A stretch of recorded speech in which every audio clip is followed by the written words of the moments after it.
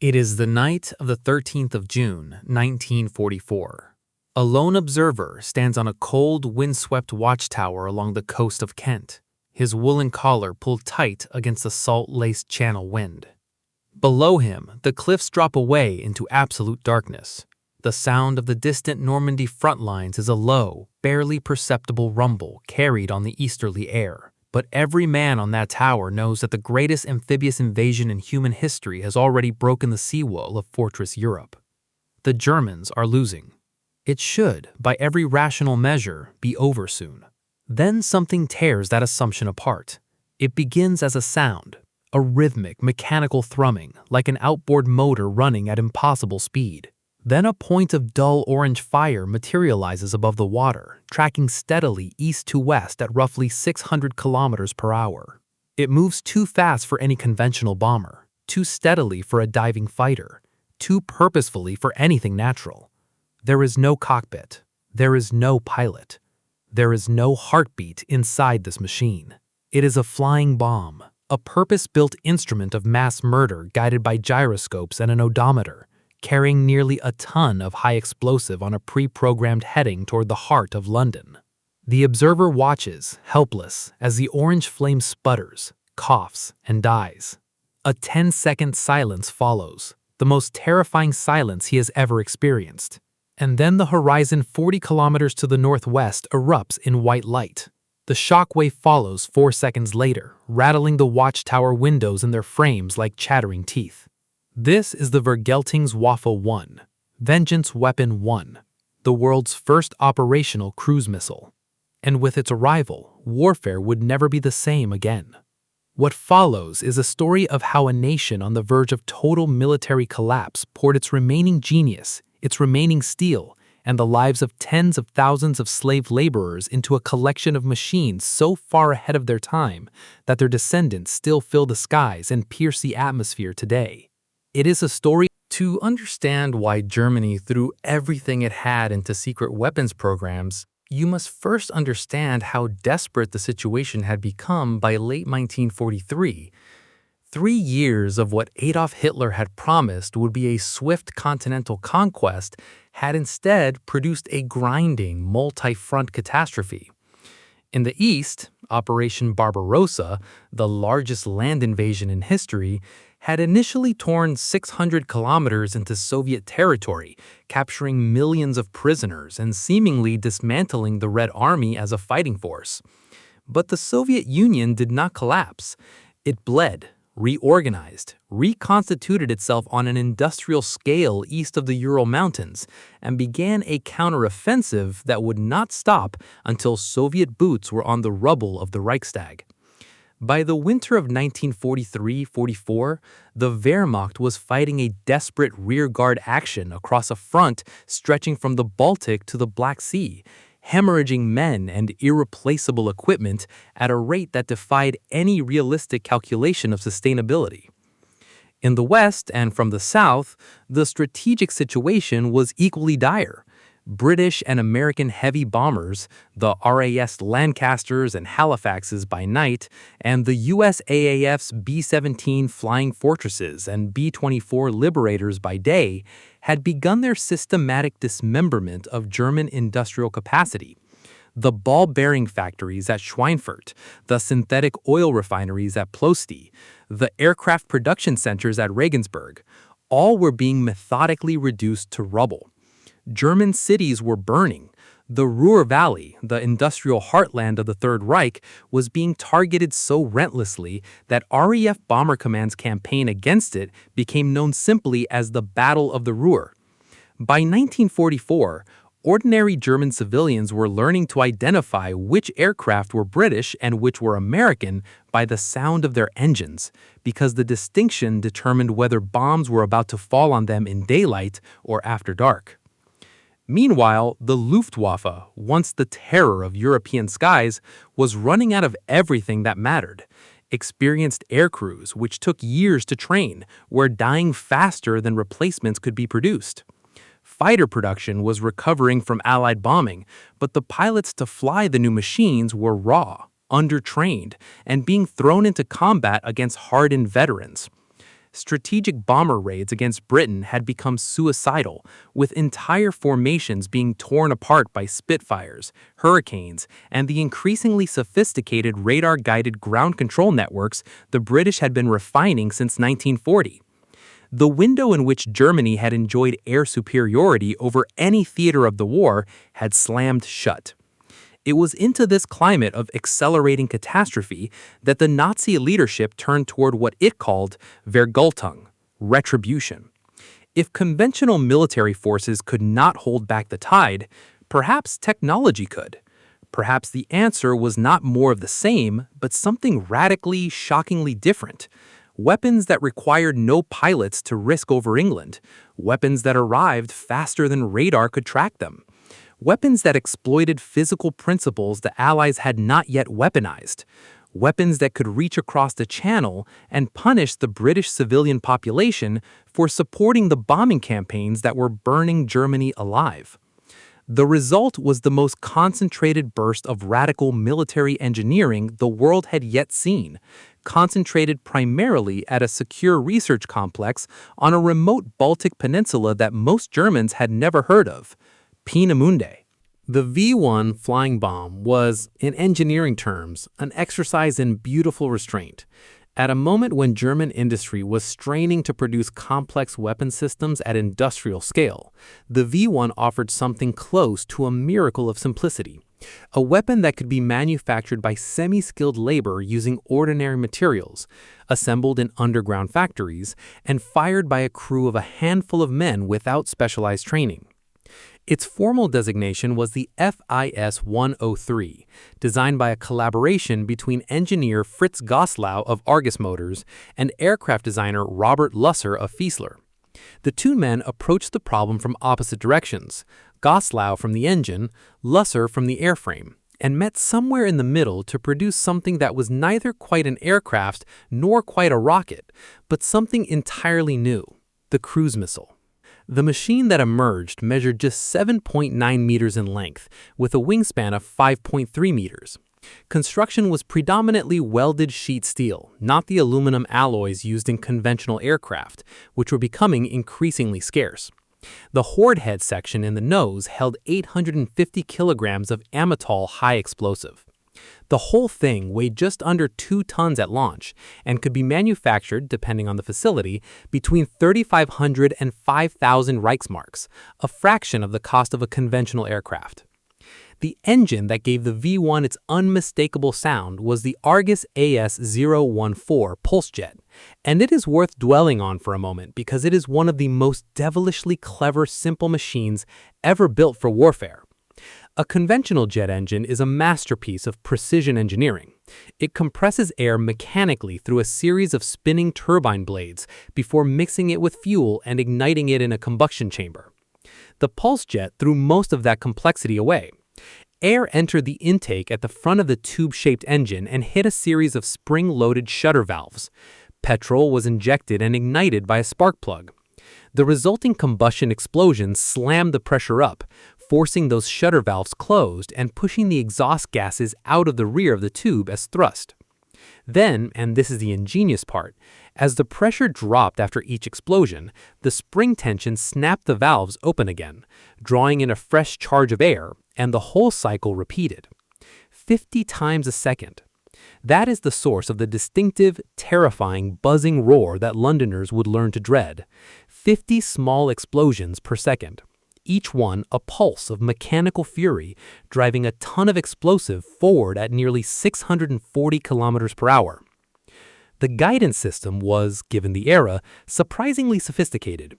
The V-1 carried a compressed air-powered autopilot that used 2 gyroscopes, one to maintain level flight, one to hold the correct heading, supplemented by a magnetic compass in the nose to detect and correct magnetic drift.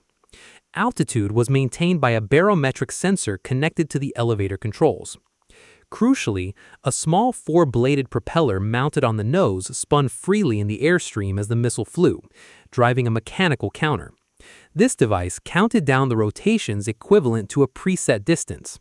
When the counter reached 0, A small explosive bolt fired, releasing the elevator controls to push the nose sharply downward, while simultaneously cutting the fuel supply to the engine. This is why the V-1's engine cutting out was the worst sound the Londoner could hear. It meant the bomb was starting its terminal dive. The margin for error in this system was considerable. The V-1 was not a precision weapon. It was an area weapon, designed to land within a circle of roughly 20 kilometers around its target. Against a city the size of London, that was considered acceptable. The intended target was not a factory, bridge, or military installation. It was the civilian population's willingness to endure the war. The V-1 was, at its core, a terror weapon.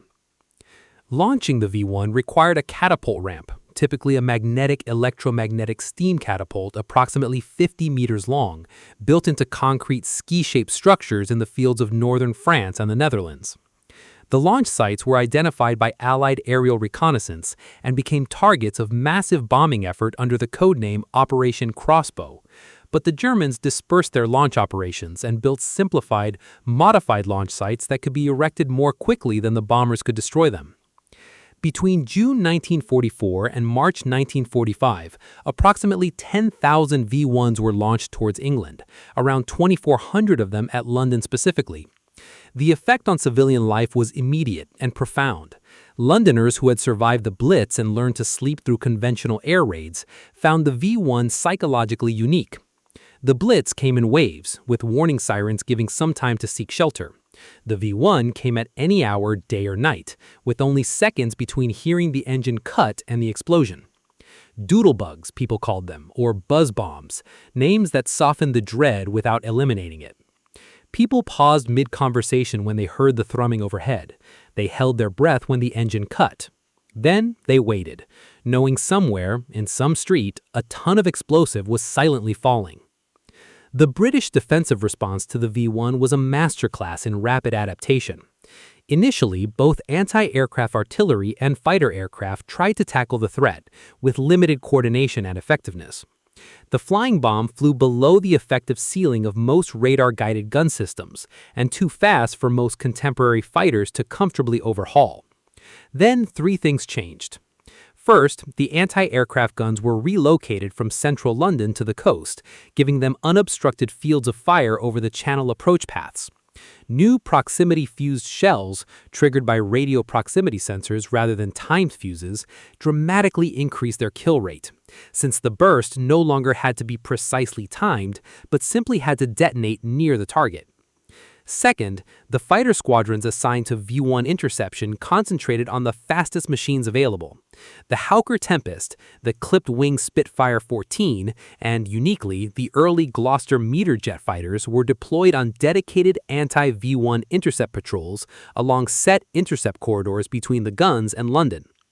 Pilots developed specialized techniques, approaching from astern at a speed advantage, opening fire with cannon at the engine or horde head, or, in one of the war's most spectacular pieces of improvised aviation, pulling alongside the V-1 and gently placing the fighter's wingtip beneath the bomb, then rolling away. The aerodynamic disruption tumbled the gyroscopes inside the V-1's autopilot, sending it into an uncontrolled spiral. The barrage balloon belt around London was thickened, with steel cables hanging in curtains that V-1s flying into the city risked hitting and being deflected. By August 1944, the combined defenses were knocking down around 80% of incoming V-1s over the English coast before they even reached the suburbs. But the Allies also knew that a far worse threat was coming, one against which none of these defenses would mean anything at all. If the V-1 was a weapon of terrifying simplicity, the V-2 was the opposite, an almost incomprehensible leap of engineering complexity for its era, a machine whose closest contemporary equivalent in ambition was the Manhattan Project itself. The V-2 was not merely a weapon, it was the first machine in human history to breach the boundary of space. Officially designated the Aggregat 4, the fourth in a series of increasingly ambitious rocket designs from the Peenemünde experimental station, the V-2 was the creation of a young, brilliant, and deeply complicated man named Werner von Braun, working under the military oversight of Major General Walter Dornberger. Von Braun was, by the time of the V-2's development, just 31 years old. He had been obsessed with rocketry since adolescence, had studied under the German rocket pioneer Hermann Oberth, and had joined the Nazi Party and the SS not out of ideological conviction, or so he would later claim, but because membership was the price of access to the resources and facilities necessary to build the rockets he had dreamed of since childhood. What they built at Peenemünde between 1936 and 1942 remains one of the most audacious engineering achievements in history. The V-2 stood 14 meters tall, roughly the height of a four-story building, and weighed 12,500 kilograms fully fueled. Its propulsion system burned a mixture of 75% ethyl alcohol and liquid oxygen, an extraordinarily energetic combination that required both fuels to be loaded shortly before launch, since liquid oxygen boils away rapidly at ambient temperatures. The alcohol and liquid oxygen were fed into the combustion chamber not by gravity or simple pressure, but by a turbopump, a high-speed centrifugal pump driven by a steam turbine, which was itself powered by the decomposition of concentrated hydrogen peroxide over a potassium permanganate catalyst. The steam turbine turned at approximately 3,800 revolutions per minute, forcing propellants into the combustion chamber at a rate of roughly 125 kilograms per second.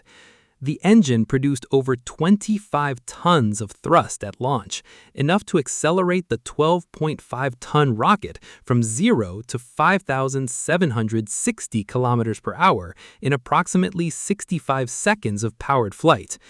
During that powered ascent, the V-2 was controlled by 4 graphite jet vanes inside the exhaust stream, deflecting the rocket exhaust to steer the missile, supplemented by 4 external aerodynamic fins. The entire guidance system relied on 2 gyroscopes that measured deviation from the programmed flight path and sent corrective commands to servo motors driving those vanes, a system sophisticated enough that it required significant computing resources to design in an era before computers existed in any recognizable sense.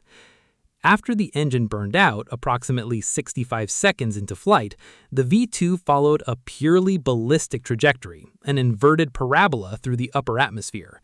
At its apogee, the missile reached an altitude of approximately 80 to 90 kilometers, well above the Kármán line that modern conventions define as the boundary of space.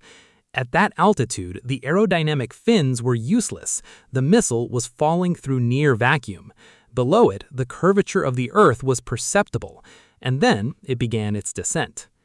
A V-2 striking London had been traveling at approximately 2,800 meters per second when it hit the ground, nearly 8 times the speed of sound. At such velocity, the impact occurred before any warning was possible. The double sonic boom, a characteristic twin crack produced by the shock wave from the nose and the fins, arrived after the explosion. Survivors of V-2 strikes described hearing nothing at all until the explosion, and then, in the subsequent strange silence, a distant double crack from the sky above. The weapon that had just killed them had already announced its arrival from beyond the grave. This was the psychological horror of the V-2 that distinguished it entirely from everything that had come before. There was no air raid siren that could warn of a V-2. No barrage balloon could catch it. No fighter aircraft could intercept the missile dropping from the stratosphere at hypersonic speed. No anti-aircraft gun could track or engage a target moving 8 times faster than its shells. The V-2 was, in the most literal sense, the world's first unstoppable weapon. The British government, on receiving the first strikes in September 1944, initially told the public that the mysterious craters were the result of exploding gas mains.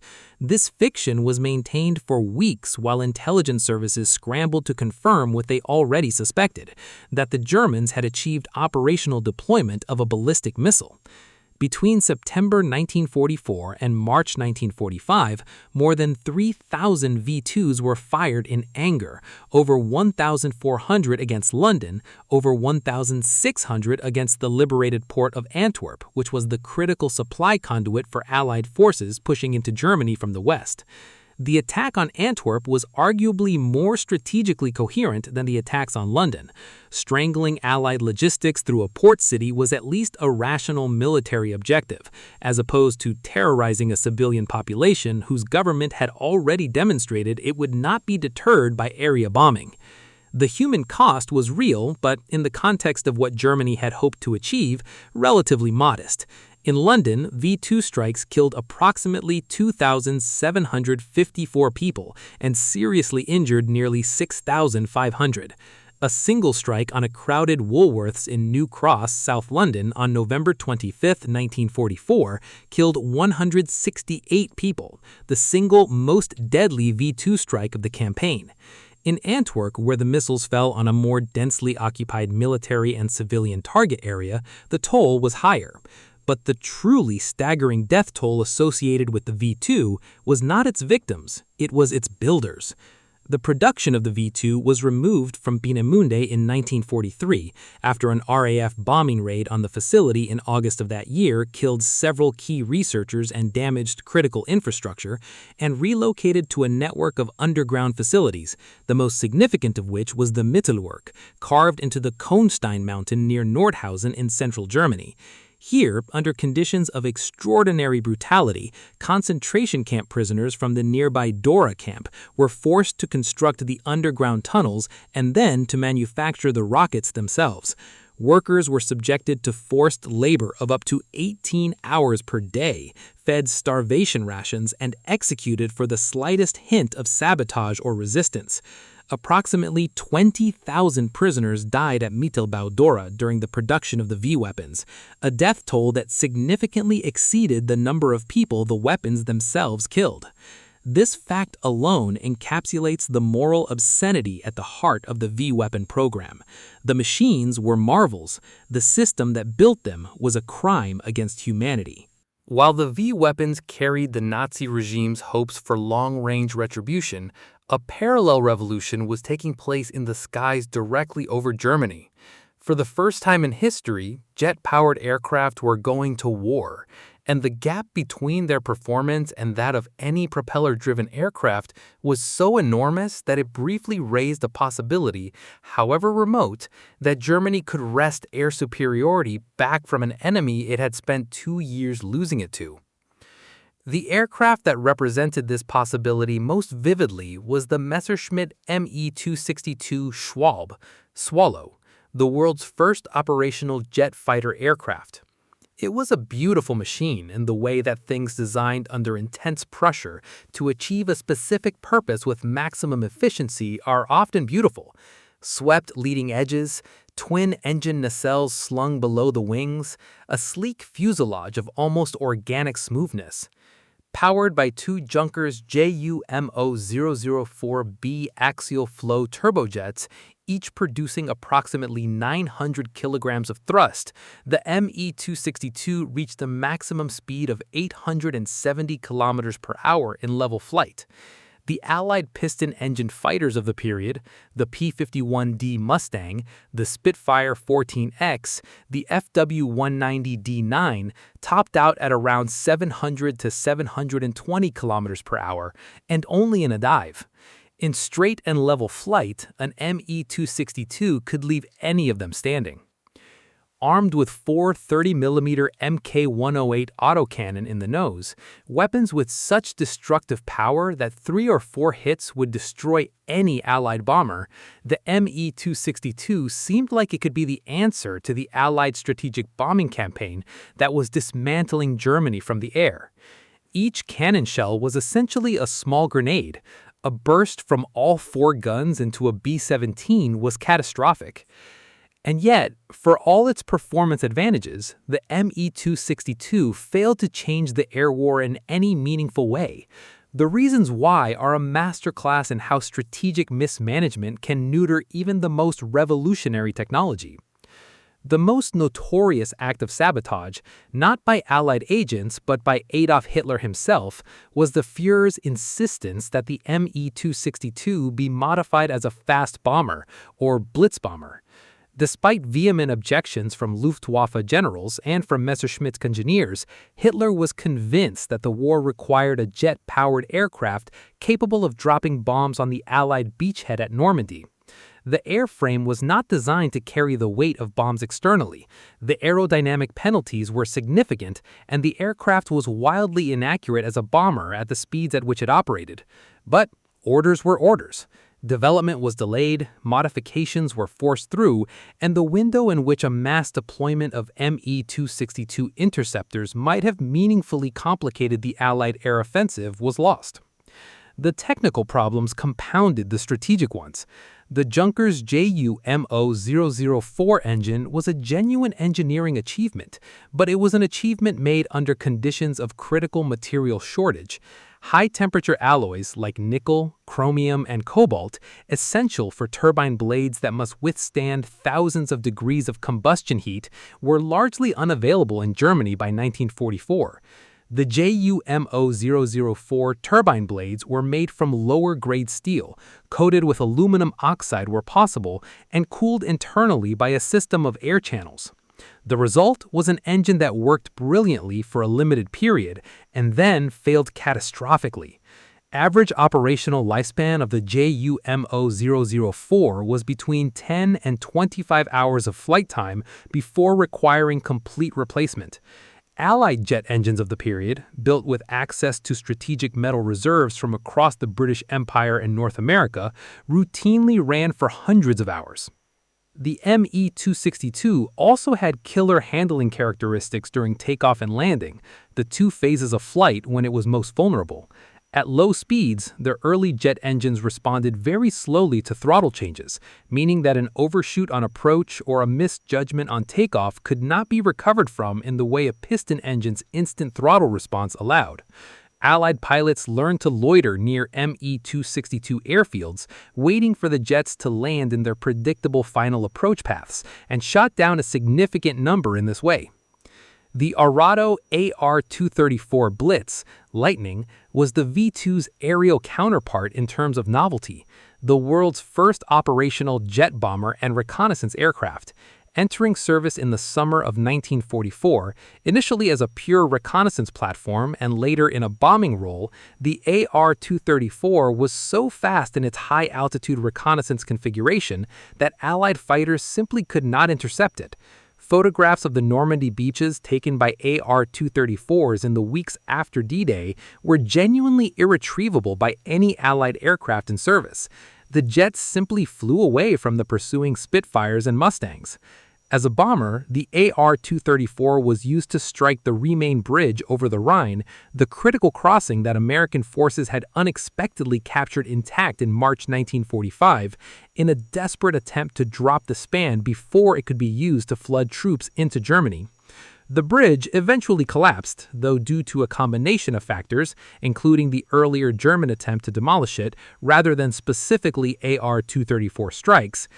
Beyond the operational jets, the Germans were exploring concepts that seemed to belong to a later century entirely.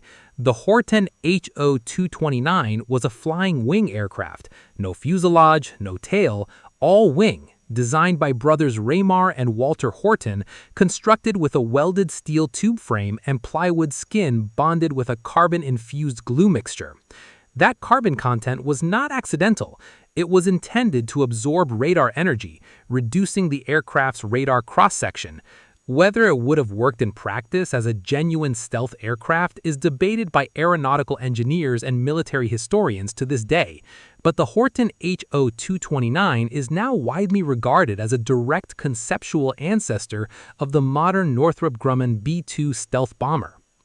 The Bockum BA-349 Natter, Viper, was among the most desperate concepts of the war, a vertically launched rocket-powered interceptor intended to be flown by minimally trained pilots to a point near Allied bomber formations, at which point the pilot would fire a battery of unguided rockets from the nose, jettison the forward fuselage, and parachute to safety. The design reduced the need for the extensive flight training that Germany could no longer provide. It flew once unmanned successfully, and once with a pilot who was killed when the canopy tore away during the vertical launch sequence. No discussion of German secret weapons is complete without confronting the question that haunted the post-war world for decades. How close did Nazi Germany come to building a nuclear bomb? The short answer, supported by the weight of historical evidence, is not very close at all, despite having arguably the world's greatest concentration of theoretical physics talent at the start of the war. Germany's nuclear research program, the Uhrenverein, or Uranium Club, was initiated in 1939, the year after Otto Hahn, Fritz Strassmann, and Lisa Meitner achieved and explained the first nuclear fission of uranium in Berlin. The physics community instantly understood the implications. Einstein wrote his famous letter to Roosevelt warning of the possibility of extremely powerful bombs of a new type, and Germany, sitting on one of the most brilliant physics communities in the world, launched its own investigation. But a series of compounding failures, some structural, some political, some based on pure scientific error, meant that the Uhrenverein never came remotely close to producing a weapon. The first and perhaps most consequential failure was ideological. The Nazi regime's anti-Semitic policies had driven from Germany some of the most important figures in theoretical and experimental physics. Albert Einstein was already in the United States. Lisa Meitner herself, whose theoretical explanation of fission was essential to understanding the phenomenon, was forced to flee Germany in 1938 under threat of arrest. Enrico Fermi, Italian, not German, but representative of the broader emigration of European physicists that enriched the Allied scientific community, had left for America in 1938. The brain drain was not merely significant, it was decisive. The Manhattan Project was built substantially on European Jewish intellectual capital that Hitler had exported at gunpoint. The remaining German nuclear program, headed by Werner Heisenberg, one of the founders of quantum mechanics and a physicist of the very first rank, suffered from a critical technical error whose exact nature is still debated. The German team concluded, based on calculations that were later shown to contain errors, that a nuclear reactor would require enormous quantities of a moderator, a substance used to slow neutrons to the speed at which they are most effective at sustaining a chain reaction, specifically either heavy water, deuterium oxide, or extremely pure graphite. The decision to pursue heavy water as the preferred moderator was, in retrospect, catastrophic for the German program. Heavy water is produced only as a byproduct of certain industrial processes and in tiny quantities. The world's only significant production facility was the Norsk hydro plant at Vemork in occupied Norway. This immediately created a critical vulnerability. The entire German nuclear program depended on a single industrial site in a country with an active resistance movement and within range of British special operations. The Norwegian resistance and British SOE commandos dealt with this vulnerability in a series of raids of increasing effectiveness. First, the failed glider-borne assault in November 1942, then the legendary Gunnerside operation in February 1943, when 6 Norwegian commandos descended by parachute, met a local advance party, and blew up the heavy water production facility in one of the most celebrated acts of sabotage in history.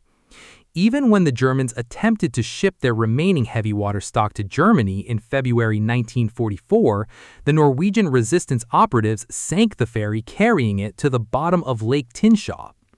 Meanwhile, the American Manhattan Project had taken a crucial different path. Instead of heavy water, Fermi's team had discovered that pure graphite was an entirely adequate moderator, a material available in virtually unlimited quantities, and producing a successful self-sustaining chain reaction beneath the stands of the University of Chicago's Stagg Field on December 2, 1942. Germany never achieved a self-sustaining chain reaction. At no point did the Uhrenverein come within range of a weapon. The contrast with the Manhattan Project is illuminating. The American program cost the equivalent of approximately $26 billion in today's money, employed over 130,000 people, and spanned 30-plus facilities across the United States and Canada, and succeeded in producing 2 functional weapons within 3 years of full mobilization. The German program was fragmented across competing military and academic institutions, funded inadequately by comparison, and produced nothing. Not a milligram of weapons-grade material, not a single sustained chain reaction. The weapon that actually ended the Pacific War emerged from the Allies, not from the nation that had first split the atom.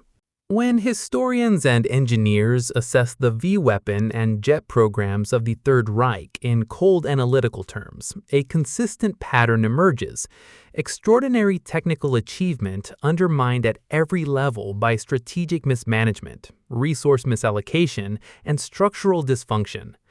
The most direct comparison available illuminates the scale of the failure. The total explosive tonnage delivered against Britain and Western Europe by all V-1 and B-2 strikes during the entire war, approximately 12,000 tons, was exceeded by Allied bombing campaigns in a single week of heavy operations.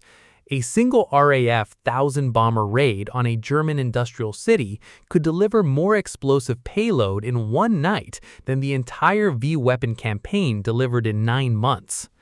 The V-2 program, development, production facilities, propellant production, launch infrastructure, and support cost Germany an estimated equivalent of $2 billion in period dollars, which in contemporary terms represents something approaching $30 billion or more. This figure is comparable to, and by some estimates, exceeds the total cost of the Manhattan Project. The Manhattan Project produced a weapon that forced the immediate surrender of a major industrial nation. The V-2 program produced a weapon that was strategically ineffective, killed far fewer people than died building it, and could not be targeted precisely enough to destroy any specific military or industrial target. The ME-262 offers a different but equally instructive failure mode. By most technical assessments, a mass deployment of ME-262 jet fighters in air superiority role in early 1944, had that been technically feasible and politically authorized, could have meaningfully complicated Allied strategic bombing operations for several months. The aircraft was fast enough to intercept the escorts and powerful enough to devastate bomber formations. But the engines were unreliable, the training pipeline was broken, the fuel supply was compromised, and Hitler's insistence on misusing it as a bomber wasted the months in which it might have made a difference. By the time ME-262 units were flying in substantial numbers in the winter of 1944-45, the Luftwaffe no longer had the fuel, the experienced pilots, or the operational infrastructure to employ them effectively. The structural cause of these failures is the same in almost every case. The Third Reich's political system was catastrophically unsuited to managing complex, resource-intensive, long-horizon research programs. Successful advanced weapons development requires sustained investment over years, willingness to pursue unpromising avenues and abandon them rationally, free exchange of information between research teams, and insulation from political interference in technical decisions. The Nazi state provided essentially none of these things. Research programs competed against each other for funding rather than collaborating. Secrecy was maintained between programs even when sharing information would have been enormously beneficial. Political favorites received resources that more promising programs lacked, and at the apex of the whole dysfunction sat a leader who overruled qualified engineers on technical questions, who demanded that complex systems be redesigned to his specifications, and whose strategic instincts, initially remarkable, had by 1943 become disconnected from any realistic assessment of what his country could achieve. The Allied approach, by contrast, was characterized by exactly the opposite qualities. The Manhattan Project had a single director, General Leslie Groves, with authority to direct resources from across the entire American economy. The British radar program was placed under the direct authority of Henry Tizard and developed in collaboration with American, Canadian, and Australian scientists. The Mulberry Harbor system that supplied the Normandy beachhead was designed, built, and deployed as a combined Anglo-American project on a timeline that was, by any engineering standard, astonishing.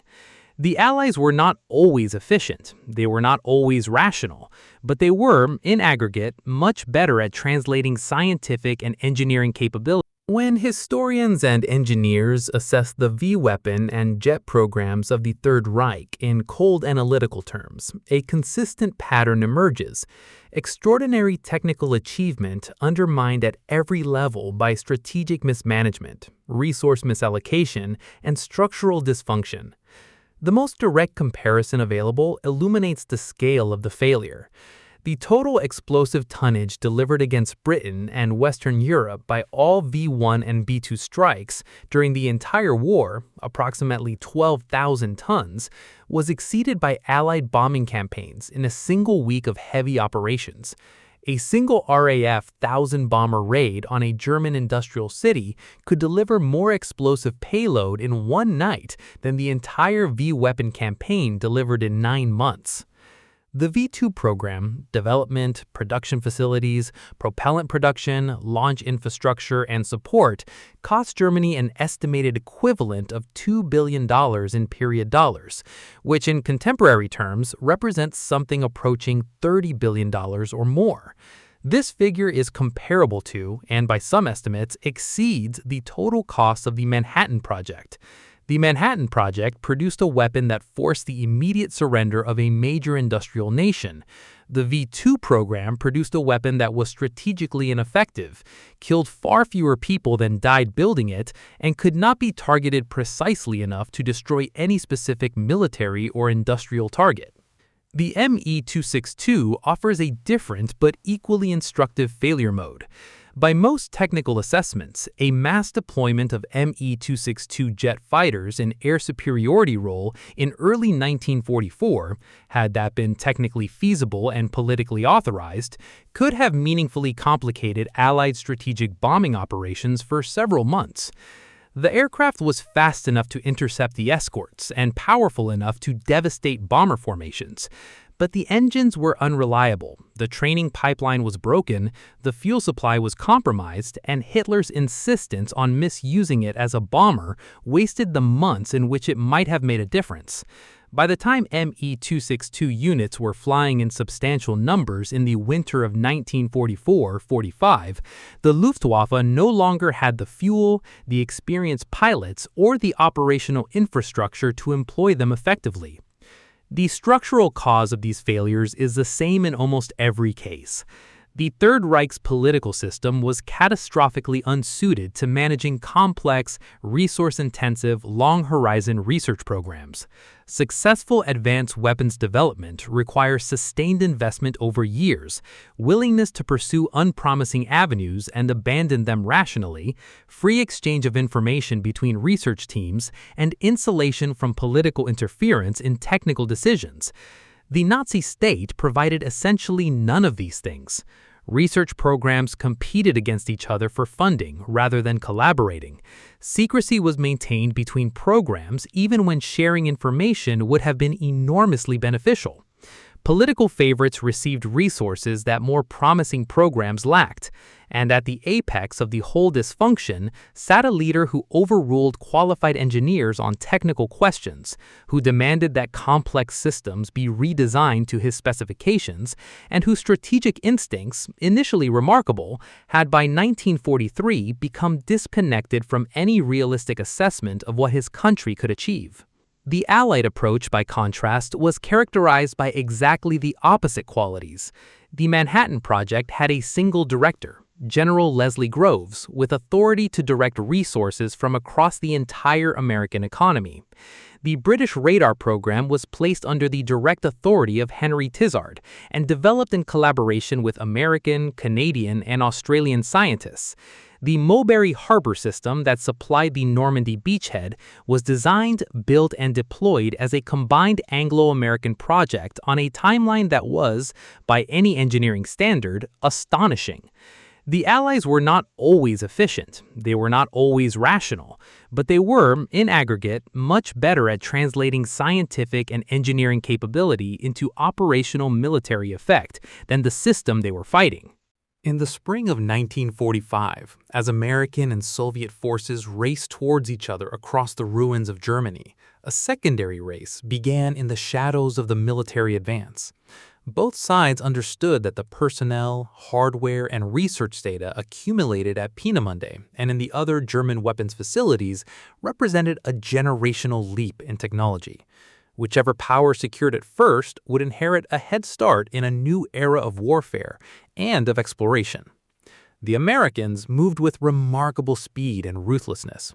Operation Paperclip, named for the paperclips used to attach new biographies to the files of German scientists purged of references to Nazi party membership and war crimes, ultimately transferred over 1,600 German scientists, engineers, and technicians and their families to the United States. The crown jewel of the operation was Werner von Braun himself, who had arranged the surrender of his core Peenemünde team to American forces in Bavaria and arrived in the United States carrying not only his extraordinary knowledge, but 14 tons of V-2 technical documentation that his team had buried in a mineshaft to preserve it. The Soviets were equally aggressive. Operation Ossowaviakim, launched in a single night in October 1946, forcibly relocated more than 2,200 German technical specialists and their families to the Soviet Union, where they were set to work in isolated research institutes, recreating and advancing the V-2 technology. The key figure in the Soviet rocket program, Sergei Korolev, the unnamed chief designer, whose identity was a state secret for decades, spent years studying captured V-2s and the German engineers who had built them before taking the technology in directions that surpassed anything Peenemünde had achieved. The genealogy of what followed is direct and verifiable. The V-2 evolved into the American Redstone ballistic missile, which evolved into the Jupiter C rocket that launched the first American satellite, Explorer-1, in 1958. Von Braun's team then developed the Saturn V, the largest and most powerful rocket ever successfully flown, which launched the Apollo missions to the moon between 1969 and 1972. On the Soviet side, Korolev's R-7 missile, derived from V-2 technology and German expertise, launched Sputnik in 1957, launched Yuri Gagarin in 1961, and formed the basis of the Soyuz launch vehicle, which is still operational today.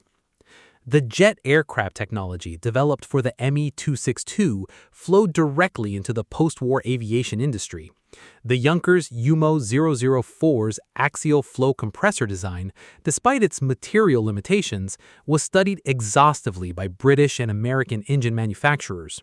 The aerodynamic research accumulated by Messerschmitt's engineers on swept wing design directly informed the design of the F-86 Sabre, the aircraft that would dominate the skies over Korea less than 5 years after the Me-262 had its brief combat debut.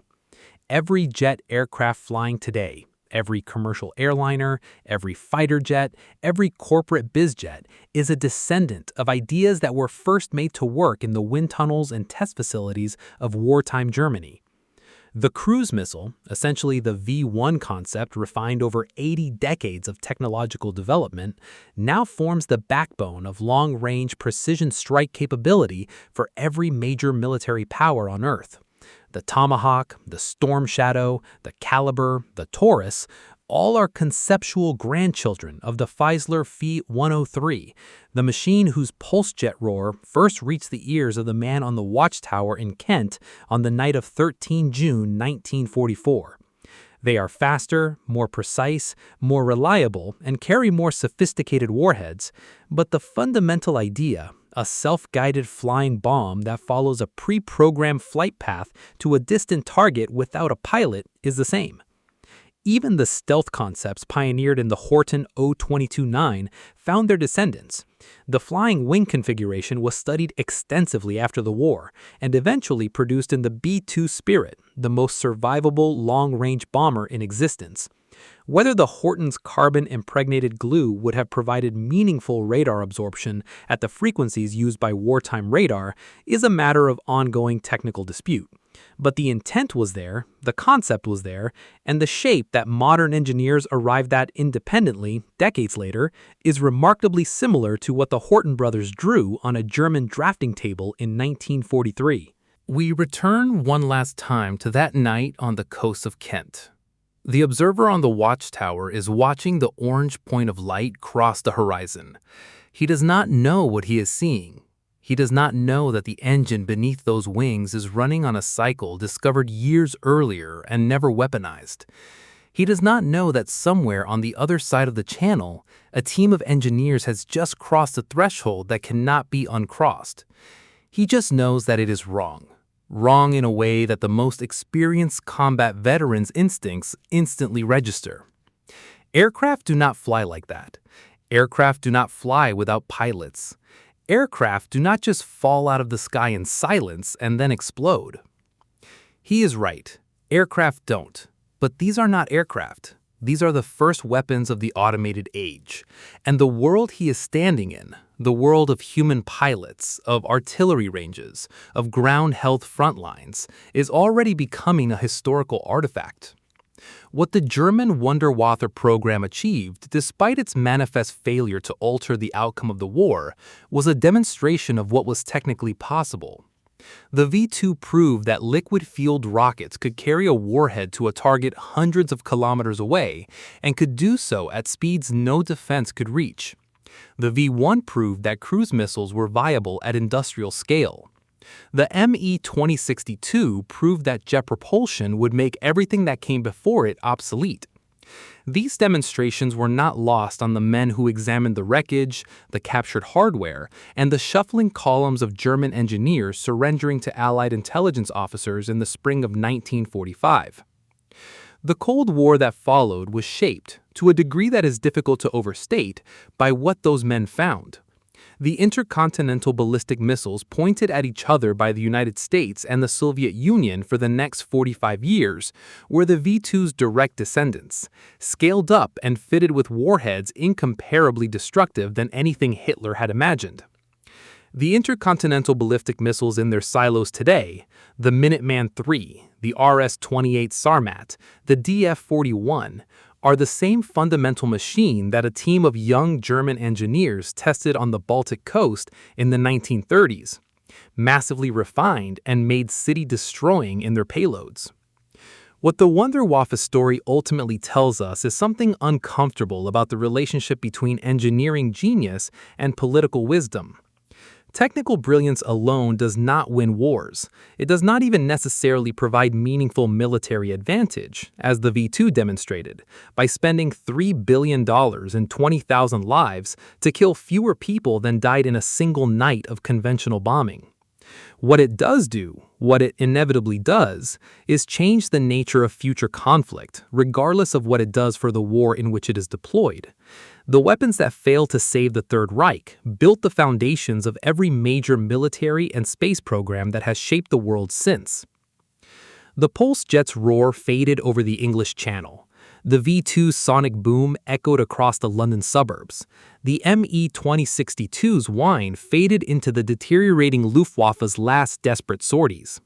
And from all that fire and death and desperate ingenuity, the modern world's military and technological architecture quietly, irrevocably emerged. The watchtower observer breathes again after the horizon's flash. The glass has stopped rattling. The night is quiet. But the world in which silence could be trusted, the world in which a skilled pilot in a conventional machine represented the apex of what armed conflict could achieve, that world is gone. The machine age of warfare has begun, and there will be no going back.